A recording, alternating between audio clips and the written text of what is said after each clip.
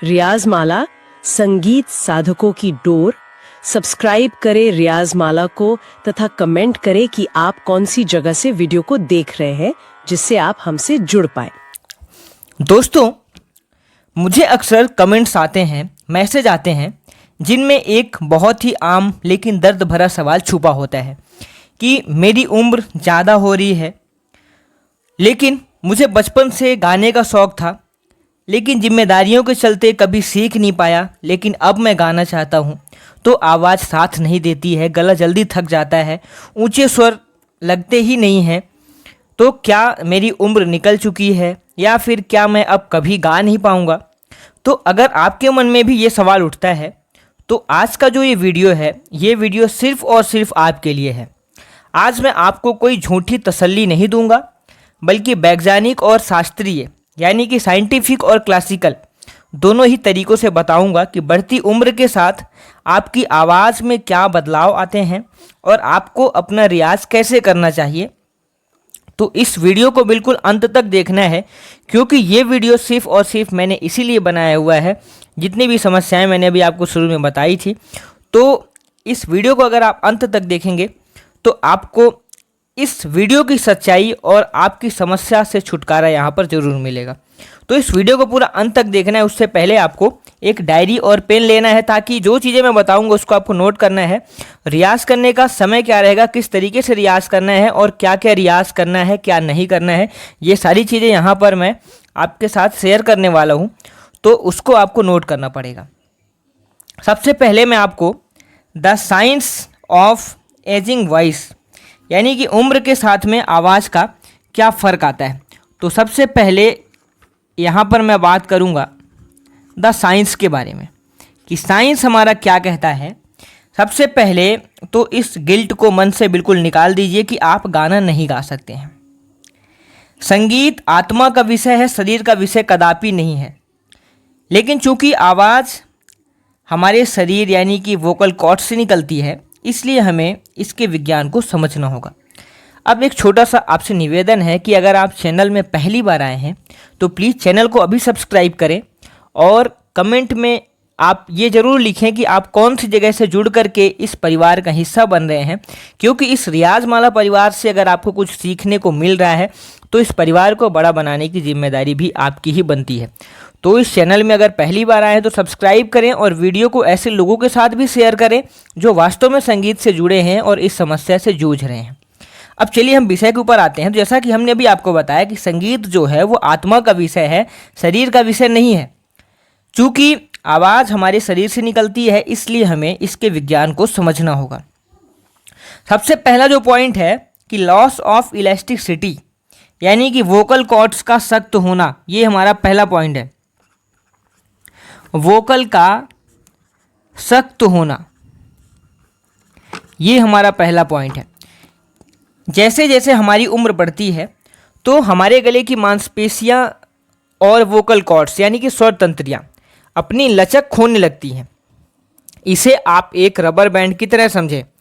एक नया rubber band आसानी से खिंचता है और वापस आ जाता है, लेकिन पुराना रबर बैंड जो है वो सख्त हो जाता है।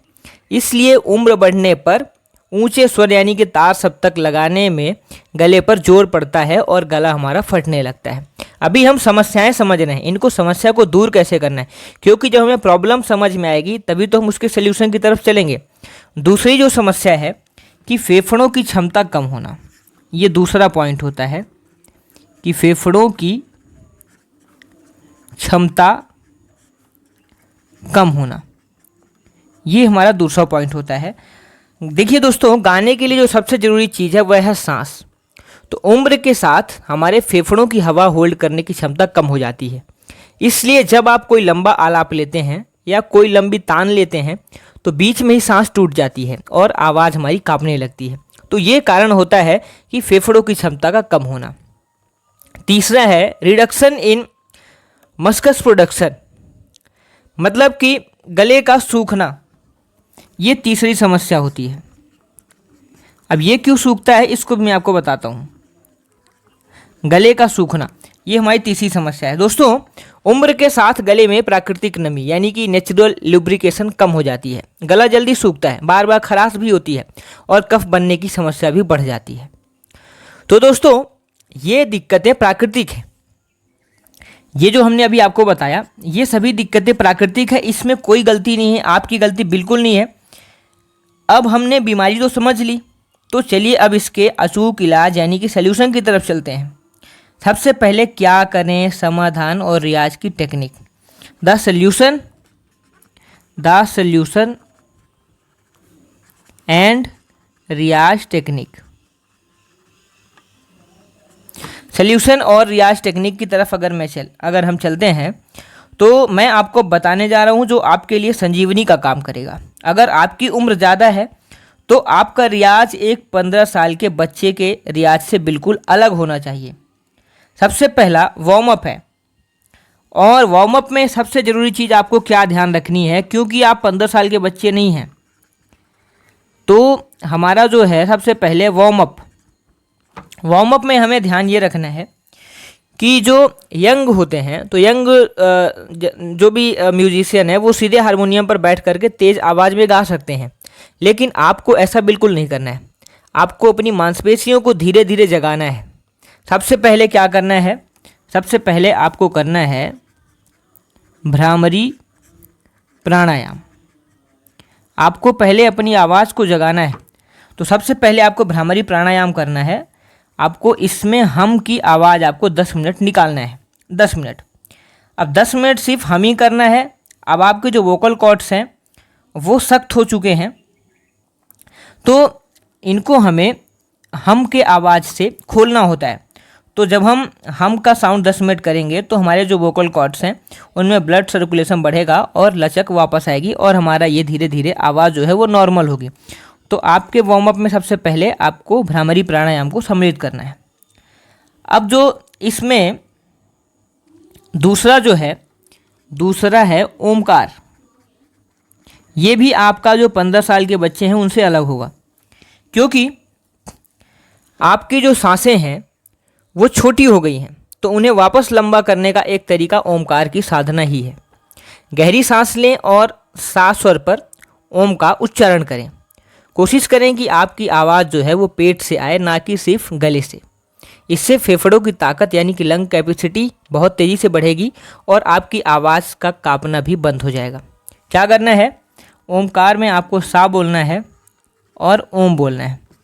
ये दो चीज़ों को आपको करना है। आप हारमोनियम में सा और पा लगाएंगे और सा पा में आप ओम बोलेंगे और ओम के साथ में सा बोलेंगे। थोड़ी देर 5 मिनट तक आप ओम बोलिए, 5 मिनट तक आप सा बोलिए, और इसी तरीके से आपको यहाँ पर सा भी बोलना है। तो इससे हमने आपको बताया कैसे फ़ायदा करता है। तीसरा जो रियाज है ये भी आपका 15 साल के बच्चे से अलग ही होगा। यहाँ पर होगा प्रैक्टिस इन लोअर ऑक्टेव यानी कि मंद्र सप्तक।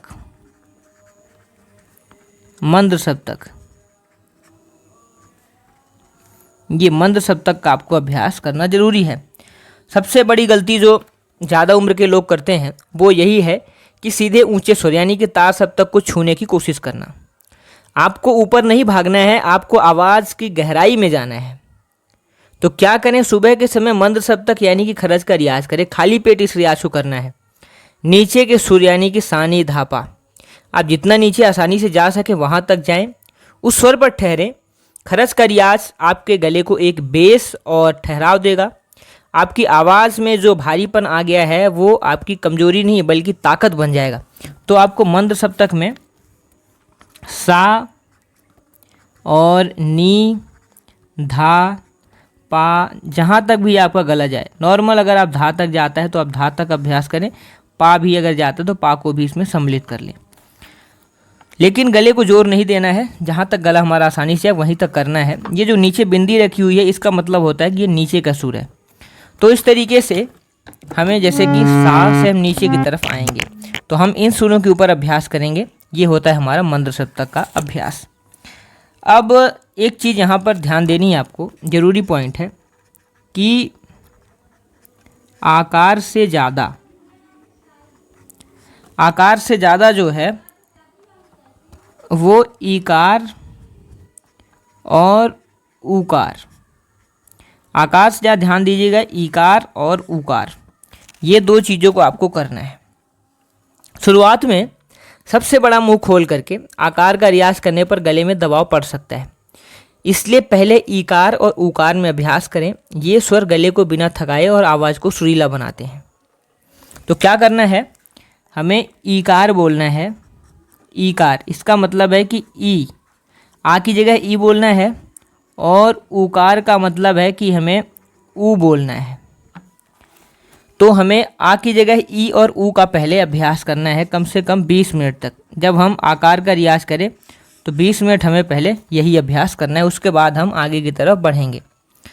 अब दोस्तों, सबसे ज़रूरी चीज़ ये होती है कि मनोवैज्ञानिक बाधाएं, यानी कि ओवरकमिंग साइकोलॉजिकल बैरियर्स। ये क्या होता है कि अब शरीर की बात तो हो गई, अब मन की बात करते हैं कि संगीत में सबसे बड़ी बाधा हमारा अपना दिमाग होता है। दूसरों की, पहली चीज़ है कि दूसरों की तुलना करना। दूसरों की तुलना से हमारा मतलब ये है कि अगर वो 20 साल का लड़का है, वो कितना भी बढ़िया गाता है, तो मैं तो गा नहीं पा रहा हूँ। तो दोस्तों, अपनी तुलना जो है वो युवाओं से करना बंद करें। उनकी आवाज़ का टेक्सचर अलग होता है, आपकी आवाज़ का टेक्सचर अलग है। पंडित जसराज जी, उस्ताद आमिर खान साहब, इन महान दिग्गजों ने ढलती उम्र में जो गाया है, उसमें जो रूहदारी और दर्द है वो किसी यंग वॉइस में ही आ सकती है। और अगर आप जितना अभ्यास करेंगे, तो अगर ये दर्द है और रूहदारी है, इसको अगर आप, एक दूसरा पहलू ये भी है कि ढलती उम्र के साथ भी ये चीज़ें ऐड होती है, क्योंकि वो अनुभव के साथ ये जुड़ता है।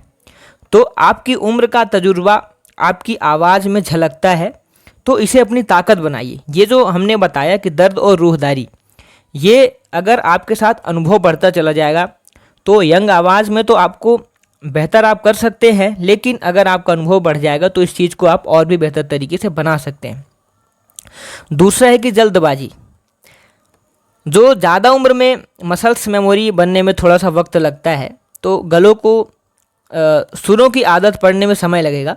तो एक दिन में उस्ताद बनने की कोशिश ना करें, कछुए की चाल चलें। हर दिन 30 से 40 मिनट का रियाज करें। लेकिन दोस्तों, हाइड्रेशन में आपको रियाज करने से 15 मिनट पहले 1 गिलास हल्का गुनगुना पानी, और रियाज के बीच में अगर गला सूखे तो एक घूंट करके आपको गुनगुना पानी पीते रहना है। दूसरा, हमने आपको बताया था कि अनार के छिलके का उपयोग। अनार का छिलका, आप अनार के छिलके का, अगर कफ या खराश है, तब की मैं बात कर रहा हूँ, तो अनार के छिलके को सुखा करके उसका पाउडर बना करके हल्का गर्म पानी या फिर शहद के साथ लेना, ये फ़ायदेमंद हो सकता है। इससे गले की सूजन और रूखेपन को भी ख़त्म करता है। तो इसका अगर डिटेल वीडियो चाहिए होगा तो हमने इसका जो पहले, जस्ट इस वीडियो के जस्ट पहले हमने इसी टॉपिक के ऊपर वीडियो बनाया था, तो आप वहाँ से देख सकते हैं। तीसरा, खट्टी और ठंडी चीज़ों का त्याग करना है, यानी कि इसमें आपको फ्रिज का पानी, इसके अलावा कोल्ड ड्रिंक्स, इमली, अचार, इन सभी से बिल्कुल दूर रहना है। आपके वोकल कॉर्ड्स को ये सिकोड़ देते हैं। तो अगर आपको ये समस्याओं से दूर रहना है तो फिर आपको खट्टी और ठंडी चीज़ों का त्याग करना पड़ेगा। यहाँ पर जो चौथा चीज़ है वो है कि पर्याप्त नींद। अगर आप पर्याप्त नींद नहीं ले रहे हैं तो आपकी वोकल कॉर्ड्स को रिकवर करने का समय नहीं मिलेगा। तो आपकी उम्र में जो वोकल कॉर्ड्स को रिकवर करने के लिए कम से कम 7 से 8 घंटे की नींद की आवश्यकता होती है। इसलिए आपको इस चीज़ का भी बिल्कुल ध्यान रखना है। इस वीडियो का कुल मिलाकर के हमारा निष्कर्ष दोस्तों ये निकलता है कि संगीत की कोई उम्र नहीं होती है, सीखने का कोई रिटायरमेंट नहीं होता है। जब आप गाते हैं तो आपकी आत्मा गाती है, और आत्मा का कोई उम्र नहीं होती है। हो सकता है शुरुआत के 1-2 महीने आपको लगे कि कुछ नहीं हो रहा है, गला साथ नहीं दे रहा है, लेकिन हार मत मानिएगा। उस हारमोनियम या तानपुरे के पास रोज़ बैठिएगा। संगीत एक तपस्या है और ईश्वर आपकी इस तपस्या को खाली नहीं जाने देगा। अपनी आवाज़ से प्यार करना शुरू कीजिए, आवाज़ अपने आप सुरों से प्यार करने लगेगी।